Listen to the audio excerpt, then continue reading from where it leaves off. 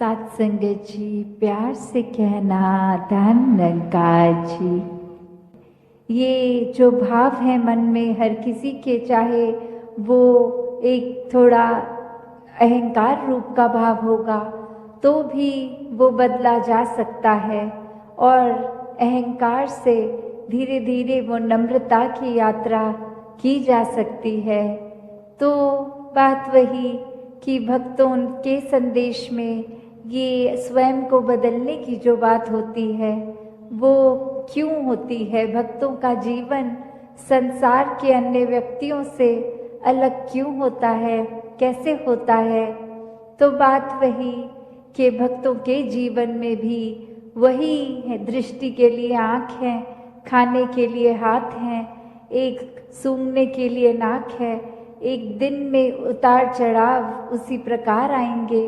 और उसी तरह जो भक्त श्रेणी के नहीं हैं उनके भी जीवन में ये सब ही है। तो भक्तों ने जो एक बदलाव अपने अंदर लाया वो यही कि इस दुनिया में तो रहते हैं पर दुनिया से अलग होके रहते हैं। तो ये अलग अब कैसे रहना हुआ, ये ब्रह्म ज्ञान द्वारा जब इस परमात्मा को पा लिया, देख लिया, इसके प्यार में एक पूर्णता से खचित हो गए, तो कैसे एक अपने आप को हर पल इस परमात्मा के एहसास में रहने वाला वो भाव भक्तों के जीवन में आ गया। और जैसे एक दुनिया के तो तरह तरह के रंग हैं, भक्तों के जीवन में सिर्फ वो प्यार का रंग चढ़ता है जो इस परमात्मा से हो जाता है इसको देखने के बाद। तो ऐसे भाव से युक्त भक्त अपने जीवन के जब हर पल को जीते हैं तो वो भाव ही बदल जाते हैं, एक नज़रिया बदल जाता है। एक वो बात कि अगर हम कुछ भी उदाहरण लें कि कोई भी स्थिति में एक जो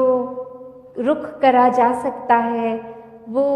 एक अच्छी तरफ भी और बुरी तरफ भी, एक परिस्थिति से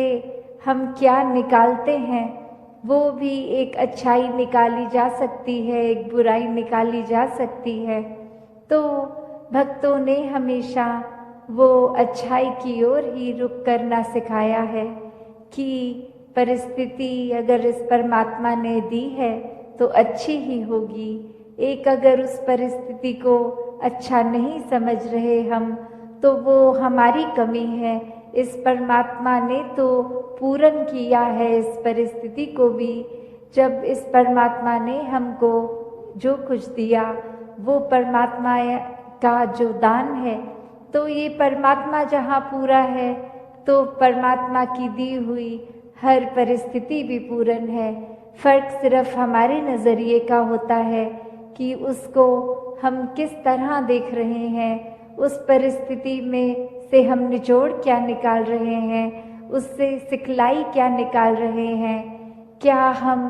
सिर्फ हमारे अनुसार कुछ नहीं हुआ तो उसके वजह से इस परमात्मा को ही कोस रहे हैं, या ये भी मान रहे हैं कि ये ही हमारे लिए बेस्ट है और कैसे इसमें वरदान छुपा हुआ है। तो एक ये नज़रिया भक्तों ने हमेशा से जो जिया कि आध्यात्मिक पहलू अपना हर किसी ने जहाँ एक बहुत ही उस नज़रिए का बनाना है कि जीवन में ये शरीर मिला है, ये मटीरियलिस्टिक वस्तुएं मिली हैं, घर बार रिश्तेदारी बहुत कुछ मिला है, तो क्या इसी में पूरा समय रहकर इस परमात्मा के लिए समय नहीं निकालना, या फिर एक चुनाव अपना है कि इस परमात्मा के प्यार के रंग में ऐसे रंगे जाएं कि कोई दुनियावी रंग फिर छू नहीं सकता। ये पक्के का रंग, ये एक हर समय रहने वाला रंग, और इस रंग को जिसने भी अपने ऊपर लगाया वो हमेशा के लिए आनंदित हो गए। एक जीवन हर समय के लिए झूम झूम के जिया गया। और वो फिर बात कि भक्तों के जीवन में भी विपरीत परिस्थितियां आईं तो भी उन्होंने कभी इस परमात्मा से विश्वास नहीं तोड़ा। तो बात वही कि परमात्मा के प्यार में जो रंग जाते हैं वो खुद ब खुद बदल जाते हैं। एक सामाजिक रूप से चाहे रहन सहन वैसा ही रहेगा जैसे ये परमात्मा के प्यार से पहले का था, वो एक शक्ल आकार सब सेम रहेगा। सिर्फ और सिर्फ जो बदला जाएगा वो मन के भाव बदलते हैं। तो ऐसा ही बदलाव हर किसी के जीवन में मुबारक बदलाव होता है कि ये एक संसार में जितने भी अलग अलग प्रकार के चाहे इंसानों के साथ मुलाकात होनी और वो एक अलग अलग कल्चर बैकग्राउंड, दिखने में अलग, खान पान अलग, सब तरह से वो एक डाइवर्सिटी रूप, और कैसे वो होने के बावजूद भी सब परमात्मा के साथ जो एकत्व के बंधन में हैं, तो हर एक को एक दूसरे में परमात्मा ही नज़र आता है। और कैसे फिर एक ये एकत्व ही दिल पे हर समय का, और उससे फिर कोई किसी में फ़र्क नहीं दिखता, कोई ऊंच नीच, जाति पाति, प्रांति, कुछ भी फ़र्क नहीं, सब अपने हैं, सब ही पूजनीय हैं। तो कैसे ये परमात्मा का वास तो पूरी सृष्टि के कण कण में है, और वहीं जो हर किसी में भी, और यही परमात्मा को देखना ब्रह्म ज्ञान है कि इस परमात्मा को जब हर समय के लिए ये दिखाई देगा कि हर जगह ही मौजूद है, तो फिर एक जहाँ अपनी भी चेतनता जाग उठेगी। एक जो सच्ची दात है, जो भक्तों ने युगों युगों से समझाई है कि दुनिया भी एक दौलत तो आज है कल नहीं, इसने बदल जाना है, एक माया का रूप बदल जाना है, घर परिवार सोसाइटी सब बदल जाएगा, पर सिर्फ और सिर्फ एक चीज़ जो अपनी जगह में कायम दायम शुरू से थी, अभी भी है, और ये संसार खत्म होने पे भी रह जाएगी, तो वो बस ये परमात्मा, ये निराकार है। तो इस निराकार को पहचान के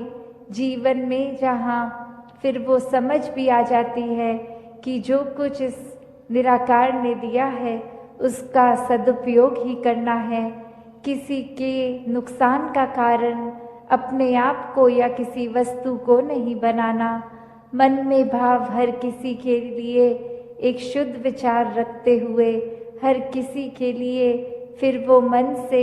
एक दुआ अरदास कि ये जहाँ किसी के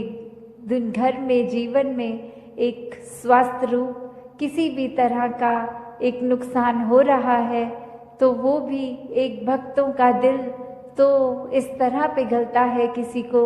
देखकर ठीक नहीं है तो उनसे ज़्यादा उनका दर्द भक्त समझते हैं। तो कैसे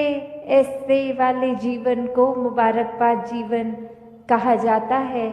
ये एक परोपकारी जीवन होता है, अपने लिए सेल्फ सेंटर्ड होके, सेल्फिश होके,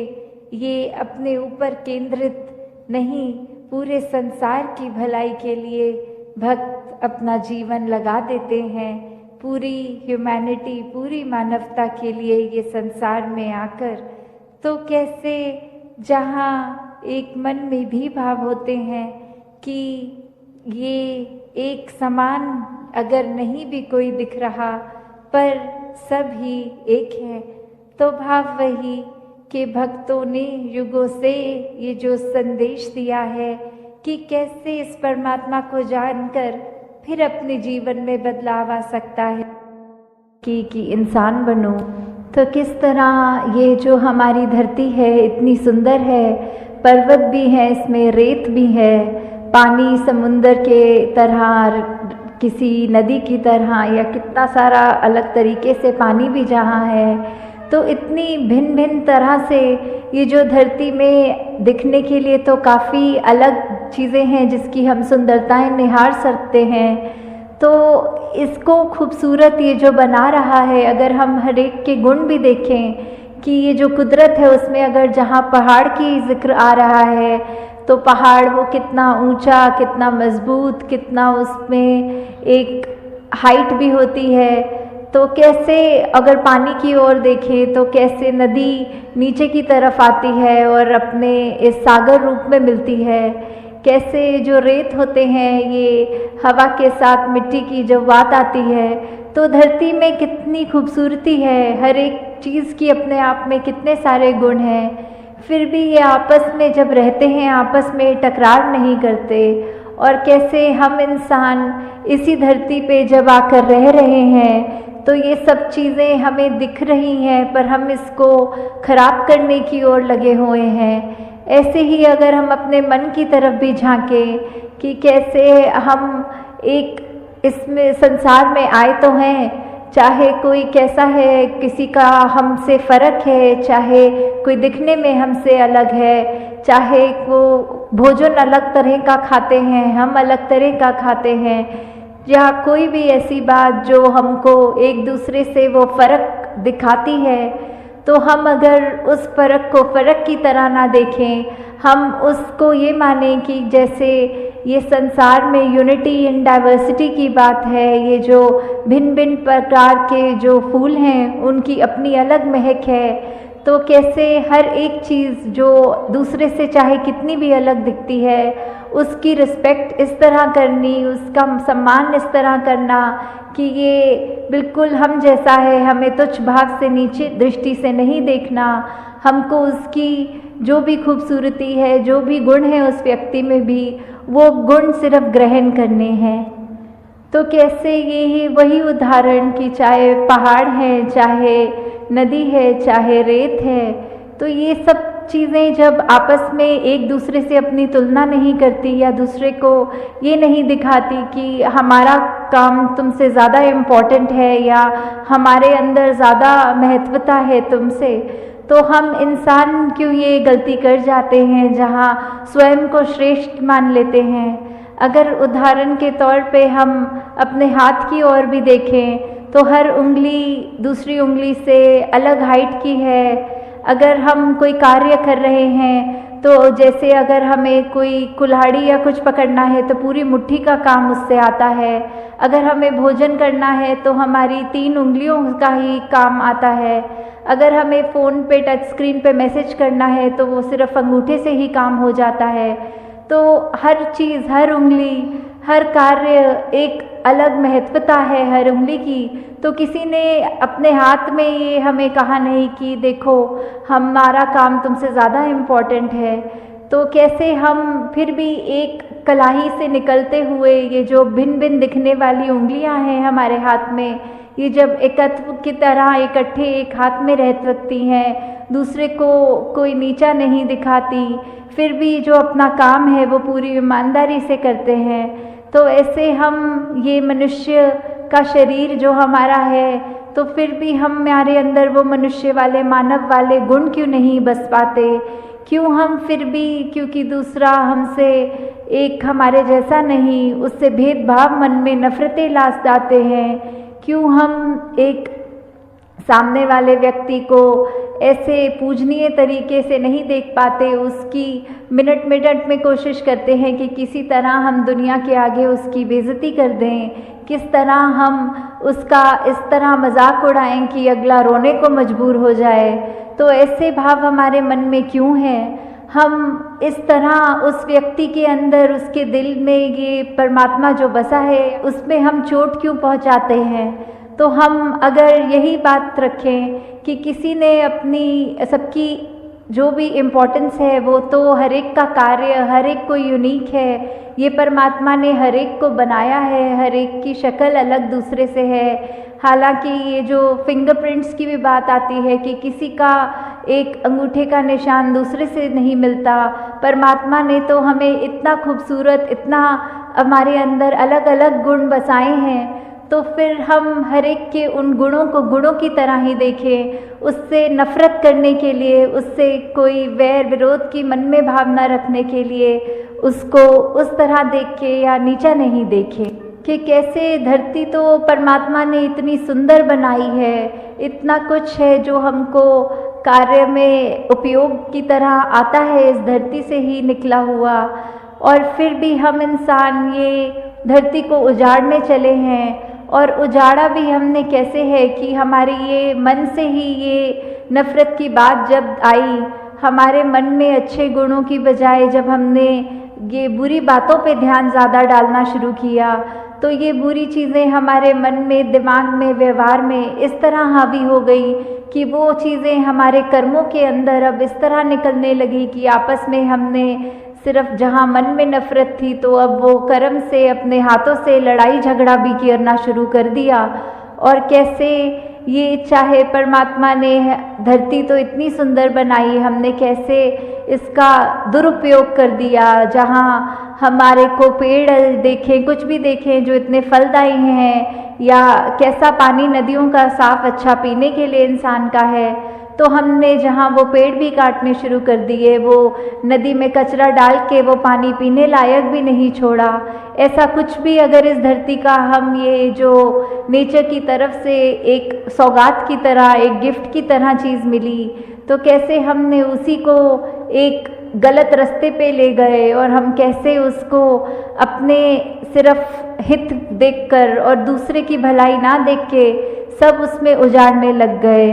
और जो ये मानवीय गुण हमारे अंदर हैं, हमने तो वो भी नहीं देखा कि हम किस तरह किसी से व्यवहार कर रहे हैं। हम उसको अगर अच्छी तरह नहीं एक कंसिडर कर पा रहे दूसरे को, तो हमारा कोई ये भी हक नहीं कि उसको चोट पहुंचाएं। तो यही बात आ रही है कि सिर्फ ये परमात्मा ने तो अपनी तरफ से हमको इतनी अच्छी से अच्छी चीज़, हर कोई चीज़ अगर हम अपनी निजी ज़िंदगी में भी देखें कि चाहे हमारी आर्थिक स्थिति जो भी है, हमें एक घर मिला है, एक परिवार का प्यार मिला है, इतना सुंदर संसार हमारा उस घर के अंदर है, फिर भी हम आपस के मन मुटाव की बात करें, आपस में परिवार के कुछ हम 3-4 मेंबर्स ही अगर आपस में लड़ने लग गए, आपस में ही हम परिवार होने के बावजूद मन में नफ़रत रख पड़े, तो फिर ये इतनी सुंदर संसार जो हमें मिला है, या यही बात समाज पे वैलिड है, या जहाँ पे भी हम उठते बैठते हैं काम पे, तो वही चीज़ कि हम अगर अपने मन में दूसरे के लिए दया नहीं रखेंगे, करुणा नहीं रखेंगे, किसी ने कुछ ऊंच नीच हमसे बोल दी तो आगे से लड़ झगड़ लेंगे, और ना कि अपने मन को विशाल हमें जो बनाना चाहिए उसको हम तवज्जो नहीं देते कि मन को कैसे अपना बड़ा करें, दूसरे ने कह दिया तो कह दिया, अपना हम उसमें क्रोध क्यों अंदर लाएं, अपना हम उससे बदले की भावना क्यों लाएं। तो हमने जहाँ ये संसार इतना खूबसूरत है, वहाँ हमारी वजह से इस संसार में कोई बदसूरती ना आ जाए, हमारे कर्मों से हमारी ज़िंदगी खुश भी हो सकती है, और हमने अगर ऐसा कोई कार्य कर दिया जो हम अपना भी नुकसान करें, औरों का भी और इस प्रकृति का भी, तो हमें बहुत ही ये चेतनता हम सबके अंदर है, उस चेतनता का प्रयोग करना है। इस ब्रह्म ज्ञान जहाँ हमारे जीवन में ये रोशनी का कार्य कर रहा है, इस निरंकार प्रभु परमात्मा का जो एहसास कि हमारे अंग संग है, जब ये हमने जान लिया, तो फिर हम जानबूझ के ऐसा कोई भी काम नहीं करेंगे जो हमारा भी नुकसान करे और अगले का भी नुकसान करे। फिर हम एक वो भाव हमारे ऐसे हो जाएंगे कि हम हर एक से प्यार करेंगे, हम हर एक के जीवन में थोड़ा किस तरह और उसका जीवन कंफर्टेबल कर सकते हैं, उसको क्या सहूलत पहुंच सकती है हमारे वजह से, फिर हम अपना फोकस, अपना ध्यान उस चीज़ में लगाएं। तो दातार सभी पे कृपा करे कि अपना जीवन हम सब बिल्कुल एक ये चलता फिरता प्रचार बन जाए, हमारे जीवन में सारे वो मानवीय गुण आए जो हमको इस संसार में खूबसूरती का ही हम एक संदेश खुद बने पहले और फिर दूसरों को दें। साथ संगत जी, प्यार से कहना